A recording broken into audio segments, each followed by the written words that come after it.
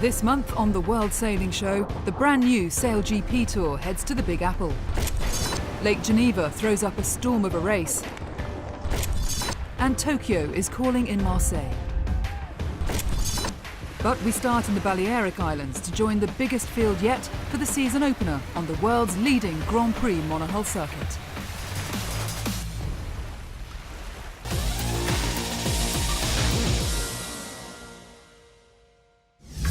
In the world of marginal gains, there are few harder won seconds per mile than in the TP52 class. They're the most refined monohulls racing the world circuits today. Designers working to develop marginal gains, the latest generation of boats, different but barely distinguishable from the new ones of the previous year. With that in mind, the first event of the 2019 52 Super Series Tour was eagerly awaited. A fleet of 11 boats in Menorca for the season opener, 7 of them new last year, just one launching for the first time in 2019. And it was the débutant Brunello-Sets that blazed off the start line in race 1 and took a first mark lead.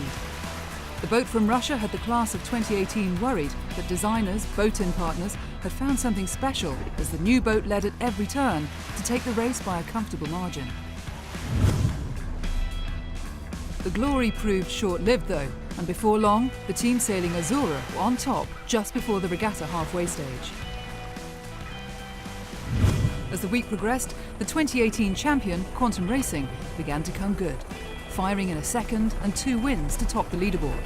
But in the end, Quantum faded, leaving 2 teams to trade blows at the top.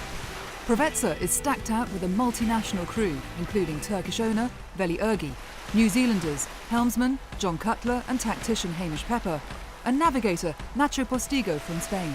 But they were up against the might of the German Platoon, with owner-driver Harm Muller-Spreer surrounded by a cast of Olympic, America's Cup and Volvo Ocean Race winners, including American tactician John Kostecki and British navigator Jules Salter.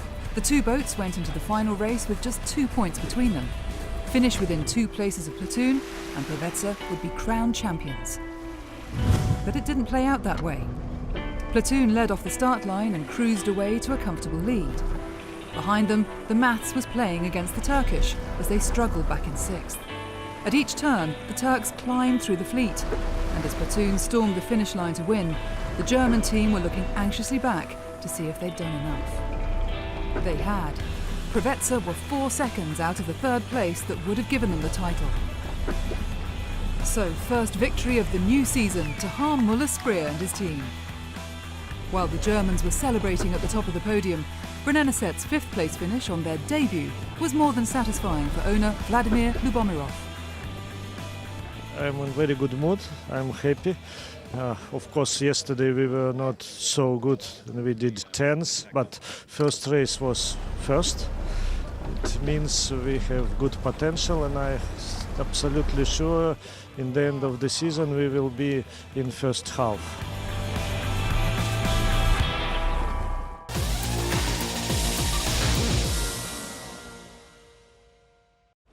With the Tokyo Games a little over a year away, the stakes in World Sailing's annual World Cup Tour are rising. This is the competition that brings together returning medalists, new Olympic hopefuls, and the big players across the 10 Olympic classes. They'd be racing in Japan, USA and Italy before arriving for the final in Marseille, where winners will be crowned and progress to the Tokyo test event, while those who fall short will head back to the drawing board to reset campaigns and work on improvements. And the southern French venue is of particular additional interest. It will be the location for sailing in 2024. We are at the Emperor Final World Sailing Series, and it's a final, so it's very important for us to be here. And also it's the Olympic venue in 2024, so it's really important for us to be here. With many nations bringing full-strength squads, the big names were out in force in 8 of the 10 Olympic classes. Add 20 entrants from the new crowd-pleasing kite community that's set to join the Games in 2024, and nearly 500 sailors were in town.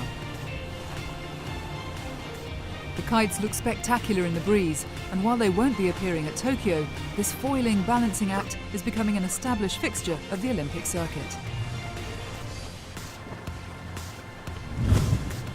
470 class, the Aussie pairing of Matt Belcher and Will Ryan made it 3 World Cup title wins on the bounce, their domination underlined by the fact that they had it wrapped up before the final medal race. To come away with the title is pretty cool, particularly to defend it over the last couple of years. We love Marseille. Been pretty challenging conditions, but it's put us in a good position coming into the World Championships in about 6 weeks' time. Over on the women's race, Rio gold medalist Hannah Mills was sailing with Ailey McIntyre and went into the medal race with a 1-point lead over the French crew. But they couldn't hold them back and gifted top spot on the podium to Camille Leconte and Aloïse Retornaz. We had to do match racing with British girls, so it was really exciting and we had to keep an eye on them during all the race. It was very intense and a lot of fun. Big winds and waves always make for entertainment in the 49er fleets, and there was plenty to gasp at midweek when the Balletic 49er and 49er FX teams were in full survival mode. It played into the hands of the Spanish Alonso brothers, who had it all wrapped up before the medal race, which turned out to be a much lighter affair. And with the reigning Rio champions missing from the women's fleet, France were on top form again on home waters to add a second gold medal performance to Lecointre and Retornaz's victory in the 470 class. This is the first one for us. we didn't have any podium at the moment, so it's very a good thing, and also because it's at home, so it's nice. The chance to race on Japanese waters for the laser and laser radial class ruled the big names out of the World Cup final as boats and sailors were preparing to travel east. And with the Finn Europeans winding up just ahead of Marseille, the men's single-hander was also missing the reigning Olympic champion, Giles Scott. In contrast, both of the windsurfers were fully subscribed and providing the spectacle. 2 Italians, Mattia Camboni and Danielle Benedetti, topped the podium in the men's RSX. Dutch woman Lilian de Gus jetted to victory and the top step in the women's. Since the addition of foils, the NACRA 17 mixed multi-hull has always provided entertainment. Add the midweek Marseille conditions, and just getting around the track was the first mission. Helmets obligatory in the feisty catamaran. Again, the big scary moments all took place early on in the week, and by the time the medal race came around, the beasts had been tamed, and again it was Italy on top before the medal race had even started.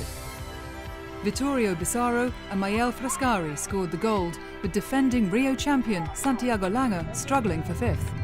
It's very sweet to have this gold medal here in the World Series in Marseille, because I really feel this place.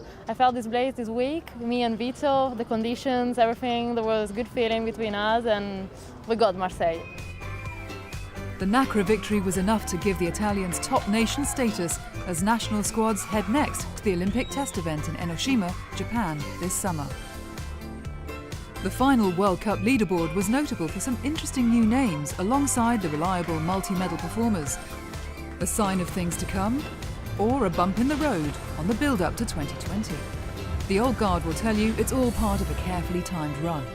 The newcomers will be sensing the chance to upset the order and make their mark on the road to Tokyo.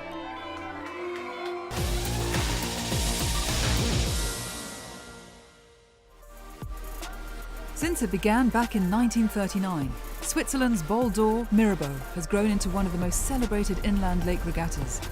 This year's race attracting 453 boats to Lake Ginevra for the 123-kilometre race from Geneva to Le Bouveret and back again, a long day out on the lake.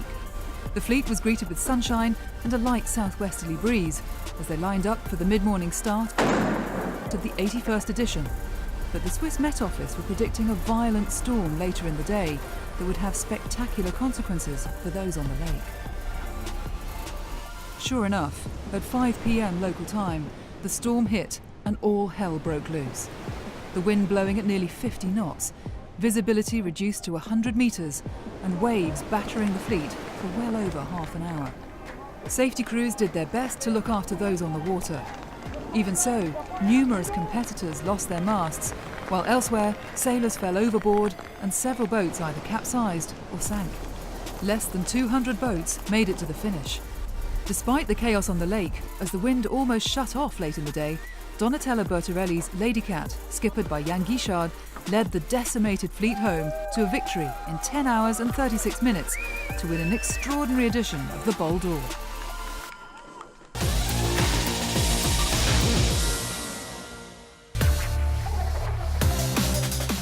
Coming up, has the Saily.it fleet bitten off more than they can chew in the Big Apple? And we head underwater to boldly go where few men and women have gone before.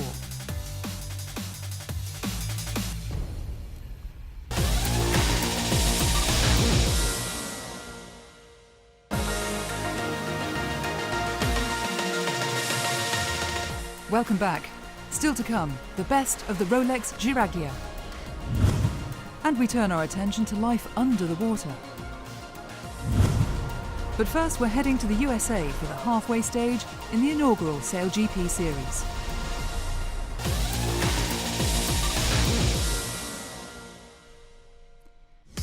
New York provides a stunning backdrop for a sailing contest. But the question, as Saily.it rolled into town for the third of 5 events, was whether the weather would provide the racetrack that would enable the cream to rise to the top. When the America's Cup World Series had come to the Big Apple in the build-up to the 2017 event, the racing was challenging. So it was a relief to find the wind in town for Saily.it and the prospect of foiling at 40 knots. The first spectacular moment wasn't long in coming either, as the wind spiked down from the New Jersey shoreline. The British were caught out and flipped onto their side just minutes before the first race. It put them out of the game for the whole day. We were just heading downwind, having done some nice jibes, and got hit by a 37-knot gust apparently on the box and struggled to control it, and then ultimately ended up down the mine and in the drink. Normal service on the racetrack was resumed as Japan, helmed by Nathan Outridge, and Tom Slingsby's Australia duked it out for the lead, with Slingsby winning the opening duel. Outridge levelled the score in race 2 and then went on to win race 3, giving Japan the overnight lead from Australia, who've won both events held so far. The best part about today was it was actually a lot of fun on board. It was quite scary at times. It was kind of not really an ideal racetrack, but we had a good time and happy with the results. We saw what happened to Team GB, and we didn't want that to happen to us. So we had a good day, a first, a second. We're happy with that, and we're in the hunt tomorrow. Day 2, and 2 final fleet races before a match race shootout between the top 2 boats for the event win. Slingsby had his chance when he took the lead on the first downwind, but couldn't hold on to it, and Japan sailed by. The Japan-Australia 1-2 was enough to ensure that this would be the matchup for the final, with 1 fleet race to sail. That provided a chance for Team USA to give the home crowd something to celebrate as they claimed victory in race 5. But at the midpoint of the season, where the winner will pocket $1 million cash prize, the final would see Australia take on Japan for the 3rd Saily.it event in a row. Slingsby seized the advantage in the pre-start by getting onto his rival's tail, but went in too hard, nearly collided, and collected a penalty off the start line, meaning he had to let the Japanese past and into a 1 boat length lead. Would that be enough for Outridge? Possibly in open water, true wind sailing, but in the gusty, current-flowed waters of the Hudson River, no lead is ever safe. And seconds later, Slingsby was back in the lead. But that lead wasn't safe either. In the search for pressure, Australia sailed into calms, while Japan found the gusts and sailed past and away into the distance. Celebrations for Japan and an important win in the dash for the cash. Winning this event sort of shows where we're at as a team. You know, the level of improvement we've had has been fantastic. A long way behind Aussies in Sydney, closed their gap in San Francisco, and now we're ahead of them. So I think we're on the right path and just can't wait for the next event. 3 events sailed, 2 to come. If Japan can repeat the performance and take the next round in Cowes in August, tension in the fight for the big check will resonate right around the sport.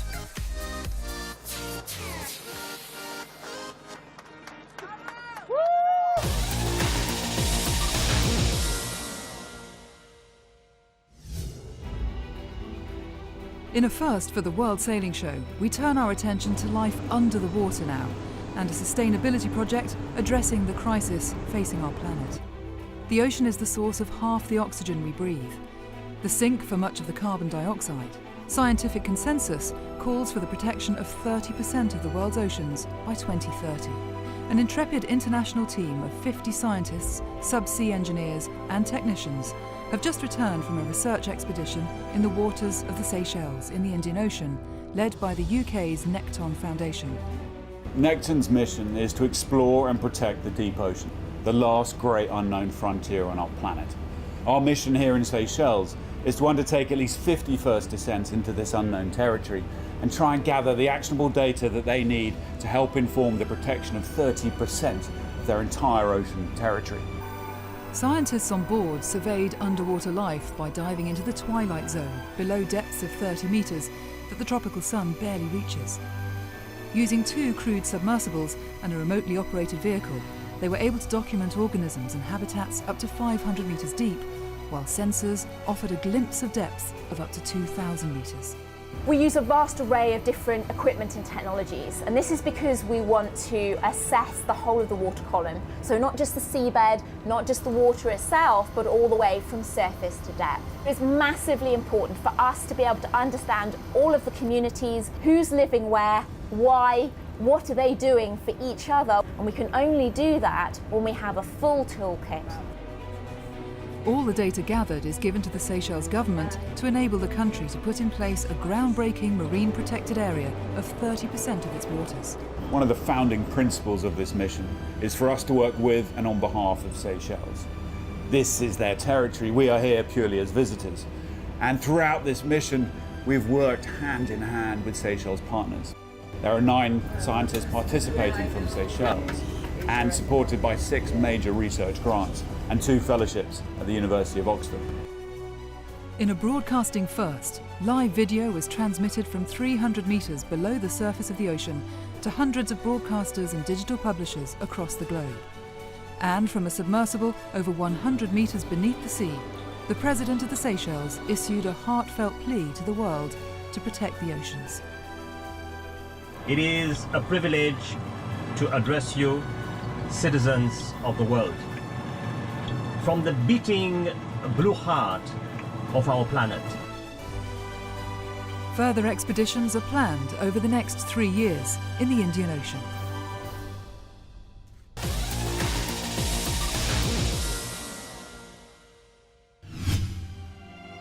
There is probably no name more synonymous with the world of Grand Prix sailing than Lowell North, who died in June, aged 89. North's eponymous sail-making company has been an innovative and dominant force for the last 30 years, pioneering moulded sails as well as being ubiquitous across the world's inshore and offshore racing fleets. North won 2 Olympic medals, bronze in Tokyo in 1964 and gold in Mexico 4 years later. They called him the Pope, and his powerful influence is still felt around the world today.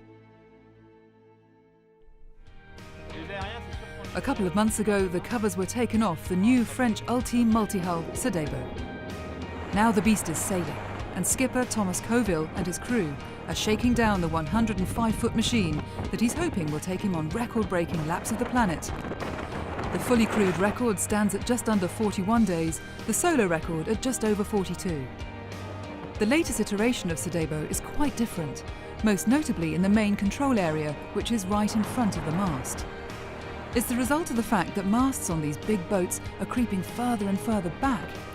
In an effort to reduce the tendency to push the front of the boat down into the waves, allowing the crew to pile on more sail and maximise the conversion of power to speed. The new design also has daggerboard foils on each outer hull and T-foils on the rudder, which Coville hopes will speed up the ride as the boat lifts clear of the water. Coville set a solo record of 49 days back in 2016. That was beaten when another Frenchman, François Gabard, took 6 days off it in 2017. Is this the machine to break the 40-day barrier and set a new outright time?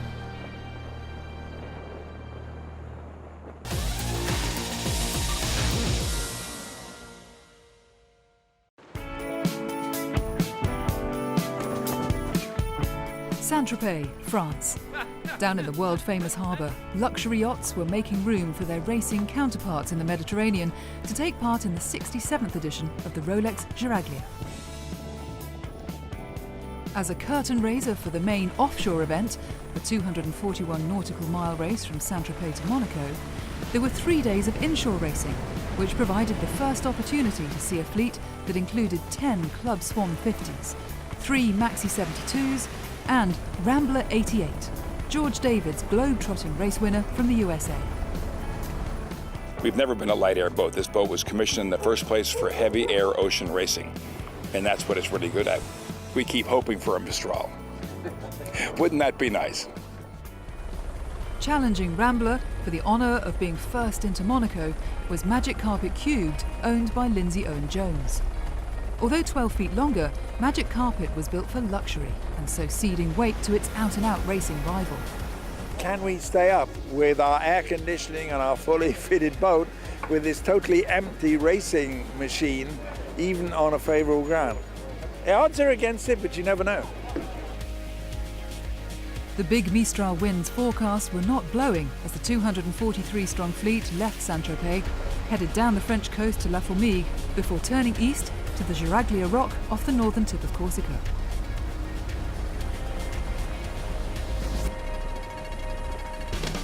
No one had come within 9 hours of breaking the course record since it was set in 2012. But a new record looked possible as the Mistral arrived, blowing through the Med at winds of up to 30 knots. Rambler rounded Giraglia Rock first, followed by Magic Carpet, with German legend Jochen Schumann at the helm and Alex Shearer's Maxi 72, Carol Ila R. The boats then turned northwest and headed back across the Ligurian Sea towards the finish line off Monaco. Modifications over the winter had helped the Rambler team reduce weight by 1.5 tons, with the objective of making the boat more competitive in lighter airs. And as the wind died down, that work proved invaluable, helping Rambler stay out in front despite a late charge by Magic Carpet. Rambler finally crossed the finish line off Monaco to claim line honours victory in a time of 16 hours and 35 seconds, an agonising 60 minutes outside the Giraglia course record. People always say this is a slow race with low to no wind, but that was not the case this time. We had a pretty wonderful ride all the way down to Giraglia and then even around the corner and back up here until maybe 10 miles from the finish, and then the breeze shut off. And we sat there for an hour. That's sailboat racing. Hurrah! Thank you.